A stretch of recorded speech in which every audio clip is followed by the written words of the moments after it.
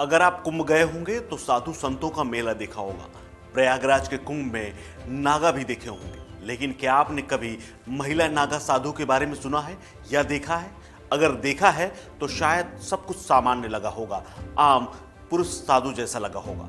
लेकिन क्या आपको पता है कि महिला नागा साधु बनने के लिए इन महिलाओं में बहुत चेंजेस आते हैं, यानी दोनों में जमीन आसमान का अंतर पाया जाता है। दोनों की साधना पूजा पद्धति को लेकर नियम और प्रण अलग अलग होते हैं, जिन्हें कुछ ही लोग जानते हैं। नमस्कार, मैं हूं कुलदीप द्विवेदी और आप देख रहे हैं वन इंडिया हिंदी। दरअसल परिवार, देश, दुनिया और मोह माया से दूर होना आसान बात है, लेकिन महिलाओं के लिए नागा साधु बनना बेहद कठिन है, क्योंकि नागा बनने पर शरीर में कई तरह के बदलाव करने पड़ते हैं, बल्कि महिलाओं को अपने प्रिय केस तक त्यागने पड़ते हैं।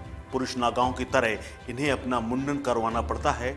इसके साथ ही उन्हें अपने गुरु को विश्वास दिलाना पड़ता है कि वो अपने परिवार से दूर हो चुकी हैं और वो नागा साधु बनने के लिए तैयार हैं, और अब उन्हें किसी बात का कोई मोह माया नहीं। नागाओं की दुनिया में किसी भी तरह से में मोह माया की इजाज़त ही नहीं होती। ये खुद को भगवान के चरणों में खुद को समर्पित कर चुकी होती हैं।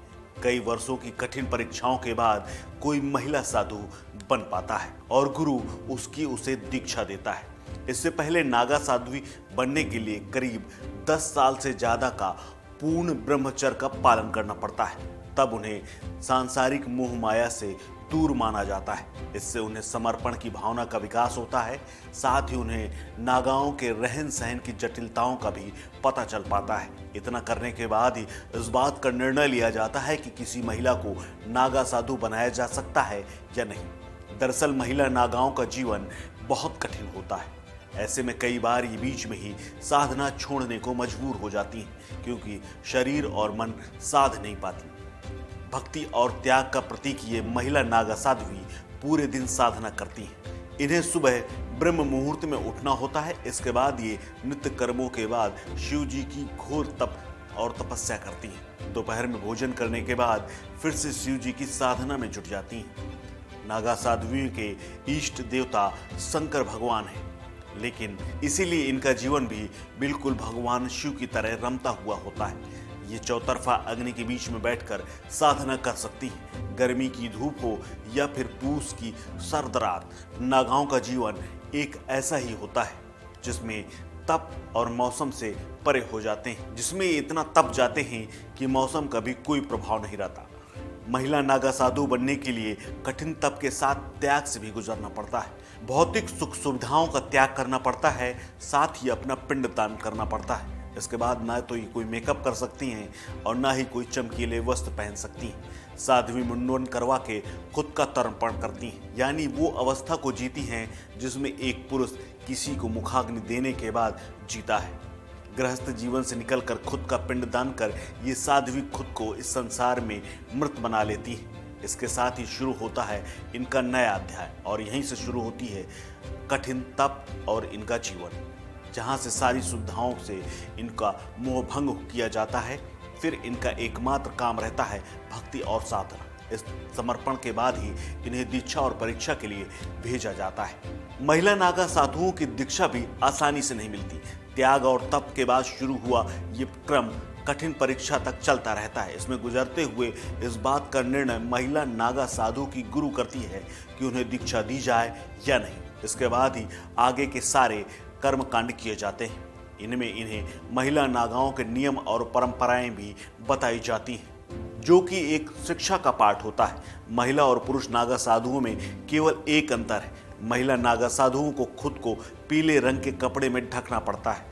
उन्हें नग्न स्नान करने की अनुमति नहीं होती, और इसीलिए उन्हें स्नान करते समय भी उस पीले कपड़े में ही उपयोग करना पड़ता है।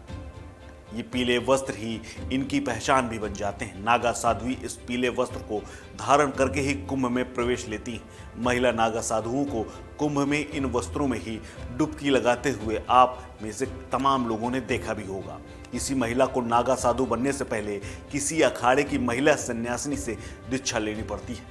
अखाड़े के आचार्य महामंडलेश्वर ही उन्हें दीक्षा देते हैं। नागा साध्वी के जीवन शैली में बहुत बड़ा परिवर्तन करना पड़ता है। महिला नागा साधु माथे पर तिलक और फिर एक चोला धारण करती हैं। आमतौर पर यह चोला भगवा या सफेद रंग का भी हो सकता है। यह रंग पहनकर उन्हें विचरण करना होता है। उनका रूप इस रंग में और भी भक्तिमय नजर आता है। आपको बता दें कि नागा साधुओं को वस्त्र वर्जित होते हैं, लेकिन महिला साधुओं के साथ ऐसा नहीं है। महिला नागा साधुओं को एक विशेष रंग का वस्त्र पहनना अनिवार्य होता है। कुंभ में नागा साधुओं के साथ ही महिला नागा साधु भी शाही स्नान करती हैं।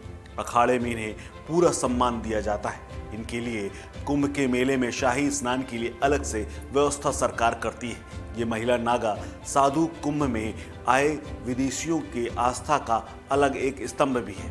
विदेशियों में इनके प्रति एक खास आकर्षण भी देखने मिलता है।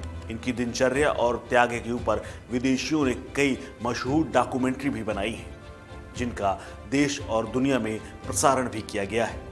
इस खबर में फिलहाल इतना ही। अपडेट्स के लिए बने रहिए वन इंडिया हिंदी के साथ। नमस्कार।